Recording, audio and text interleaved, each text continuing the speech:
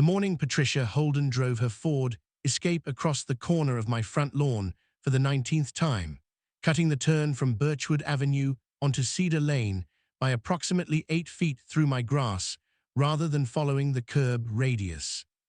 I was watching from my kitchen window with a cup of coffee and the specific patience of someone who had been building toward a solution for 11 weeks and had finished building it 4 days ago and was simply waiting for Patricia to use it so the documentation would be current and complete before I did anything further. My name is Gerald Whitmore. I am 53 years old, a retired landscape contractor and current property improvement consultant with 28 years of experience in residential and commercial site work, drainage design, and hardscape installation, and I have lived on the corner lot at Birchwood Avenue and Cedar Lane in the Maplecrest HOA development in central Georgia for 7 years. The corner lot was the reason I had bought the property. Corner lots in residential developments have a specific character that suits me: more perimeter, more visibility from multiple street frontages, the particular quality of being at an intersection of things rather than inside a row of them. The front lawn occupied the corner itself, a roughly triangular section of grass that swept from the house to the curb on both streets, and that I had spent 3 years establishing as a dense fescue turf that resisted drought and held its color through Georgia summers, and that I maintained with the attention of someone who had spent 28 years working with grass professionally and who had opinions about turf quality. Patricia Holden had moved to Maplecrest 14 months ago. She lived on Birchwood Avenue, 4 houses from the intersection, and she drove a Ford Escape in a shade of silver that showed the dust of unpaved roads clearly, which was relevant because Cedar Lane connected to an unpaved section of County Road that Patricia used regularly for access to a horse property she kept outside town. She drove Cedar Lane daily. She turned from Birchwood Avenue onto Cedar Lane at the intersection where my corner lot occupied the inside of the turn. The turn from Birchwood onto Cedar was a standard 90-degree residential intersection with a curb radius of approximately 15 feet. A vehicle making this turn correctly followed the curb radius and stayed within the roadway. Patricia's Escape had been cutting the turn by crossing my lawn corner since her 3rd week in Maplecrest, a habit I had confirmed through my property camera in week 4 when I noticed the tire tracks in my turf and had reviewed the previous 3 weeks of footage. I had spoken to Patricia in week 5.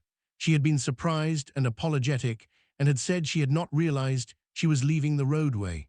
I found this somewhat difficult to credit, since the sensation of driving across a curb onto a grass surface and then back across a curb onto pavement is not subtle, but I accepted the apology and asked her to stay on the road. She stayed on the road for 6 days. Then the camera showed the Escape cutting the corner on a Thursday morning. I had done the sequence, 4 conversations, each producing the same surprised apology response that suggested either genuine unawareness she could not maintain or an awareness she was comfortable losing. 2 written notes. 1 HOA complaint producing a notice that stopped the behavior for 11 days. A second HOA complaint producing a fine of $150 that Patricia paid within a week, and that did not produce any observable behavioral change. 1 letter from my attorney Andrea Mills that Patricia had received, and that had produced a phone call to me in which she said she had been meaning to be more careful about the turn and that she would. After that call, I had 18 documented incidents and a clear understanding that Patricia's pattern of response to behavioral interventions was consistent improvement for short durations followed by return to the baseline behavior. The interventions were producing temporary changes that were not accumulating into permanent ones. I also had a corner lot with a turf section that was showing visible damage from 19 crossing events.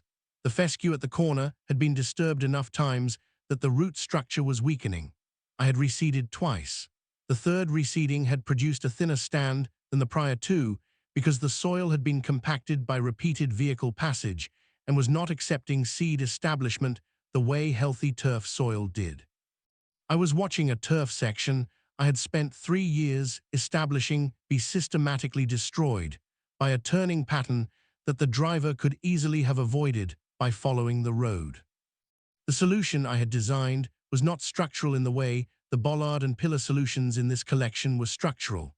It was horticultural and geological, which is to say it came from my professional background in site work and landscape, contracting rather than from structural engineering.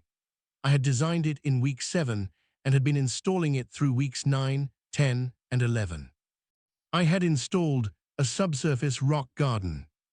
The corner section of my lawn where Patricia's escape crossed was approximately 12 feet by 8 feet, the tire path cutting through this section on a consistent line that I had mapped from the camera footage. I had removed the damaged turf in week 9 with a sod cutter, removing the top 4 inches of soil and root material.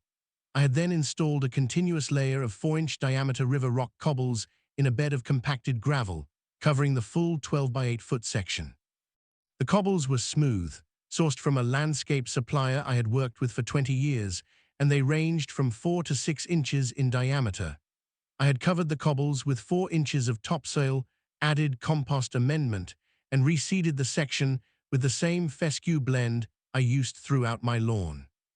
From the surface, 2 weeks after installation, the corner section looked like a patch of newly seeded lawn, slightly less dense than the surrounding turf because the seed had not yet fully established. It was indistinguishable from a simple reseeding of a damaged lawn section. Below the surface, 4 inches down, was a continuous layer of river rock cobbles that would produce a specific sensory and mechanical response for any vehicle wheel that crossed the section with sufficient weight and speed to compress the topsoil layer. The response was not damaging to a vehicle. River rock cobbles do not damage tires or suspension systems at the speeds involved in a residential intersection turn. The response was noise and vibration, the specific rumbling and knocking that occurs when a tire rolls over irregular rounded stones at low speed. Amplified by the vehicle's body and clearly audible to the driver and visible to anyone observing. It was also, importantly, entirely legal. I had installed a subsurface landscape feature on my own private property. The feature was not a trap in any legal sense. It caused no damage and posed no safety risk. It produced a sensory consequence for vehicles that crossed my private property without permission, which was an entirely appropriate outcome for such crossing. Andrea had reviewed the design before I installed it. She said, "A layer of river rock under your topsoil is a standard landscape feature." I said subsurface cobble drainage layers are common in areas with drainage issues. I am using them for a different purpose, but the installation itself is unremarkable. She said, "The effect on Patricia's vehicle when she crosses it." I said, "Noise and vibration consistent with driving over a rumble strip or a cobblestone surface. No damage to the vehicle. The cobbles are smooth and the layer is 4 inches below the surface." She said, "You want her to know she has done it." I said, "I want her to have an immediate sensory response to the behavior that makes the behavior less comfortable and that documents, through her own reaction, that she was aware she had left the roadway." Andrea said, "The camera will capture her reaction." I said, "Yes." She said, "That is actually elegant." I said, "I spent 28 years in landscape contracting. I solve problems with landscape solutions." She said, "Build it." I built it over 3 weeks, working early mornings before the heat of the Georgia day. The cobble layer was 8 bags of river rock, 80 pounds each, spread evenly across the prepared section. The gravel bed was 6 inches deep before the cobbles, compacted with a hand tamper. The topsoil went on after the cobbles were set, and I amended it with 2 bags of compost per square yard to encourage seed establishment. The reseeding had produced a sparse but present grass cover by week 4 of establishment. From the street, the section looked like a lawn that had been recently disturbed and replanted, which it had been. The disturbing element was the cobble layer 4 inches below the surface. I had been waiting for Patricia since the installation was complete. She had not driven through the corner in the first 4 days, possibly because she had received Andrea's letter and was in one of her compliance windows. Then on the morning I described at the beginning of this account, she made the turn and her escape crossed the corner. The camera recorded it from 3 angles.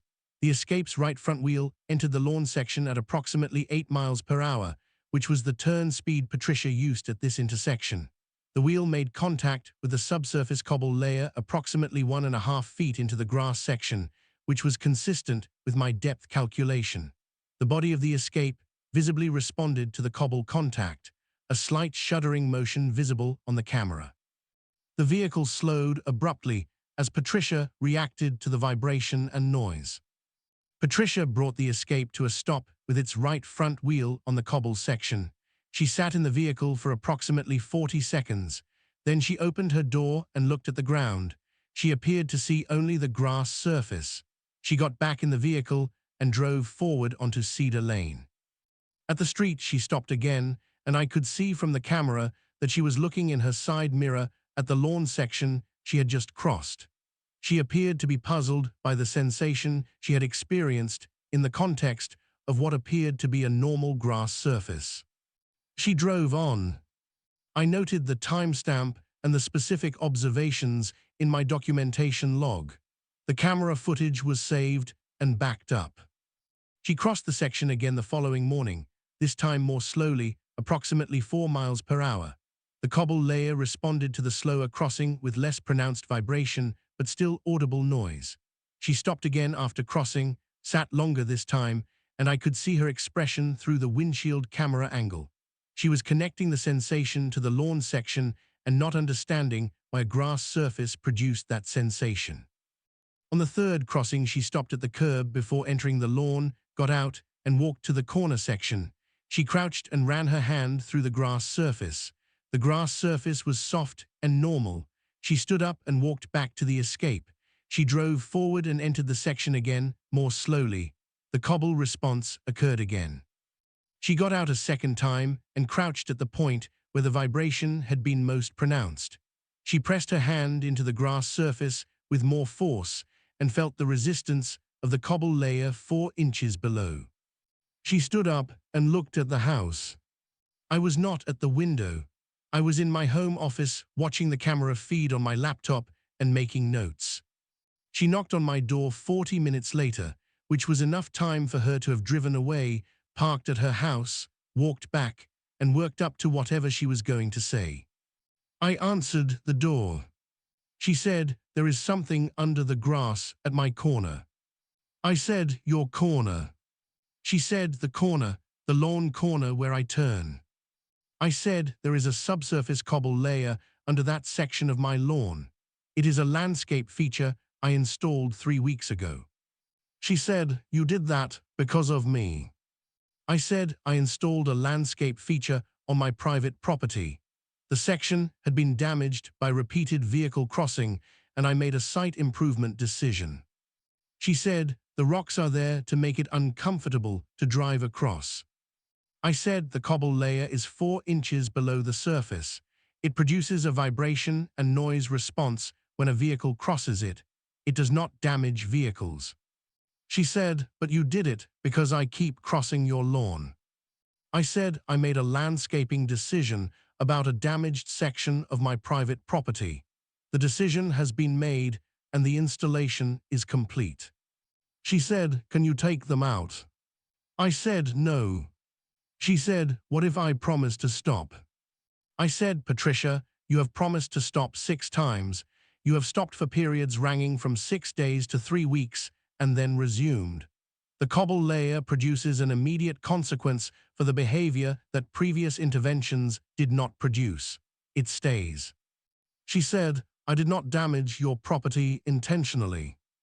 I said, "You drove across my private property 19 times after being asked to stop 4 times, notified by the HOA twice, fined once, and sent a formal attorney letter. Whether the initial habit was intentional is a different question from whether continuing it after all of those interventions was intentional." She said, "I want to work this out." I said, "Have your attorney contact Andrea Mills."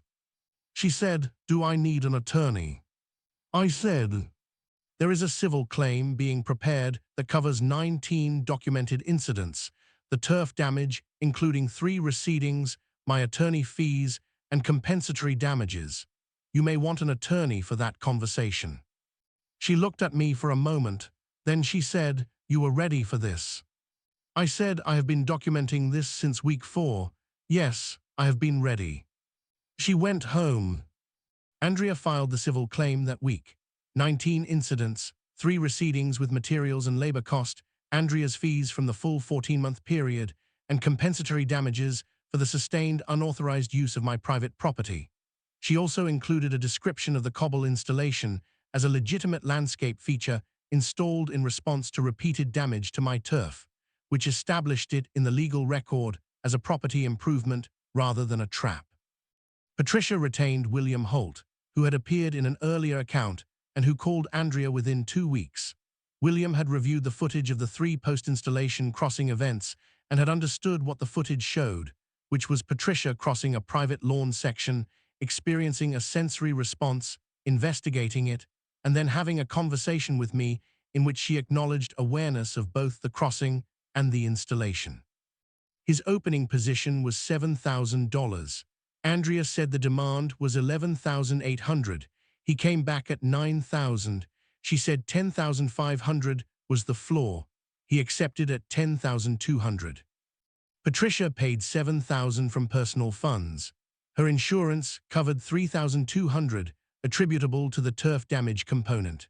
William called Andrea after the settlement to say his client had found the cobble installation the most unexpected response to a property dispute he had encountered in 20 years of practice. Andrea told me this. I said, "I spent 28 years solving landscape problems with landscape solutions. This was a landscape problem." She said, "A tire track problem." I said, "A turf damage problem with a specific causal pattern." The solution addressed both the damage and the pattern. She said, "The cobbles are still there." I said, "Yes, they are a permanent landscape feature. They will be there when the turf fully establishes over them and the section is indistinguishable from the rest of the lawn." She said, "No one will know they are there." I said, "Patricia will know they are there." She said, "Anyone else who cuts that corner will find out." I said, "Yes." She said, "You have essentially installed a permanent deterrent in your corner lawn." I said, "I have installed a subsurface cobble layer in a landscape improvement area on my private property. It will be there for as long as the lawn is there." She said, "Are you satisfied with that?" I said, "The turf is recovering, the documentation is complete, the settlement reflects the recorded harm, and the corner is protected from future damage by the same feature that documented the current pattern. Yes, I am satisfied with that." She said, "Most people would have put up a sign or planted a shrub." I said, "A sign is behavioral, a shrub is removable. Cobbles 4 inches below the surface are neither." She said, "You are a specific kind of person, Gerald." I said, "I have been in landscape contracting for 28 years. I solve problems with site solutions." She said, "The site solution is invisible." I said, "Yes, that is one of its best features." Walt Hale, who is my equivalent neighbor to the one who appeared in multiple other accounts in this collection, the neighbor who notices things and communicates them directly, came over the following Saturday. He stood at the corner section of my lawn and looked at it. He said, "I heard about the cobbles." I said, "Patricia mentioned them." He said, "She mentioned them to several people." I said, "What did she say?" He said, "She said you had put rocks under your lawn to catch her." I said, "I installed a subsurface cobble layer as a landscape improvement in a section damaged by repeated vehicle crossing." He said, "That is exactly what she said you would say." I said, "Because it is accurate." He crouched and pressed his hand into the corner section. He felt the grass surface and then pressed harder until he felt the resistance of the cobble layer below. He said, "How deep?" I said, 4 inches. He said, "You did this with a sod cutter." I said, "Removed the top 4, installed a gravel bed, laid the cobbles, replaced the topsoil, amended and reseeded." He said, "Professional quality work." I said, 28 years. He stood up. He said, she will not cross this corner again. I said the cobble layer does not prevent her from crossing it. It makes the crossing immediately noticeable and audible, and produces a sensation that is inconsistent with driving on a normal road surface. He said she will not cross it again. I said probably not. He looked at the corner for another moment. He said the grass is coming in. I said third receding. The cobbles actually improve drainage in that section because the gravel bed reduces compaction below the topsoil layer. The turf should establish better over the cobbles than it did in the original compacted soil. He said, you improved your lawn by putting rocks under it. I said the drainage benefit is a secondary advantage I recognized during the design process.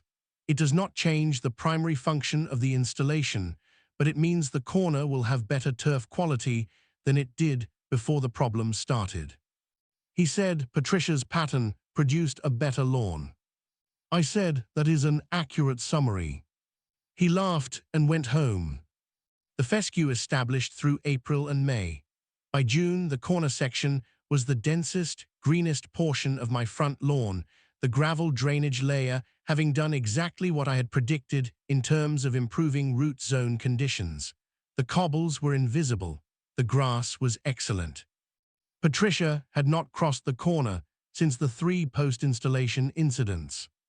I mowed the corner section on a Saturday morning in June, the same walk-behind pattern I had used for 7 years, and when I came to the corner, I ran the mower across the newly established fescue and felt the specific satisfaction of a surface that had been damaged and disrupted and carefully rebuilt, and was now better than it had been before. That was what site restoration work produced when it was done correctly. Not just a return to the prior condition, but an improvement on it, because the process of careful restoration always involved learning something about the site that the original installation had not required you to understand. I had learned that my corner section had a drainage issue that I had not addressed in the original turf establishment.